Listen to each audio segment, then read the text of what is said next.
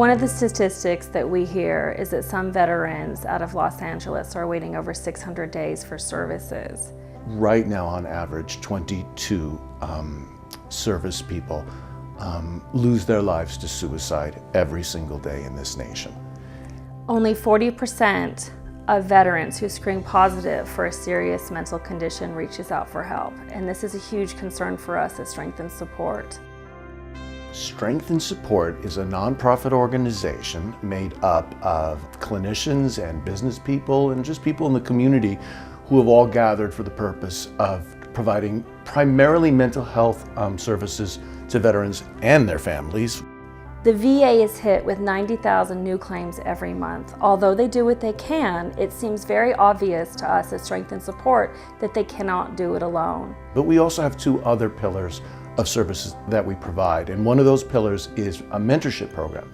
So we have older veterans from other wars that will be willing to mentor the younger veterans and establish relationships on that level.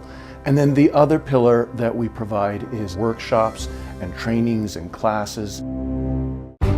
PTSD stands for post-traumatic stress disorder. We all have post-traumatic stress from deploying and being in combat. My best friend from childhood suffered from post-traumatic stress disorder and took his own life about a year ago.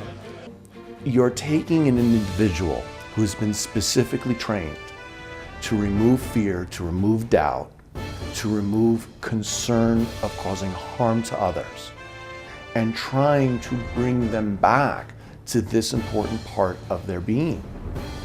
The stigma is that if you seek help, then you'll be identified as a problem and not be as useful.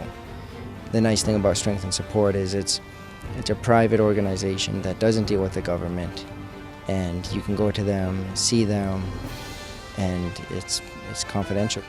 We can see you, absolutely, without anyone at the military base knowing, or any prospective employer in the future knowing, or even your mother knowing. You know, this has been going on with people coming back from war forever. It just has never been really recognized. It has to be done. If the government's not going to do it, then the people have to unite and put their foot down and say, come on, look after these guys, look what they've done for you. These folks give up so much more than the average citizen does, that when they come back from combat and need assistance, it's the absolute least we can do to help them out in any way we can. One of our workshops is a golf program. And one thing that we're particularly proud of is that not only does the golf program enable one to improve their golf game or improve their swing, what it really does is allow for not only the golf pro with the veteran, but the veterans amongst themselves to really have an opportunity to create a support system and a social network that's really powerful for them. We have actually taught veterans how to manage their stress, PTSD, through meditation, through exercise, through good sleep patterns, but there are many mind-body techniques, breathing techniques that can help people with PTSD. Well, this isn't just, let's go get some therapy.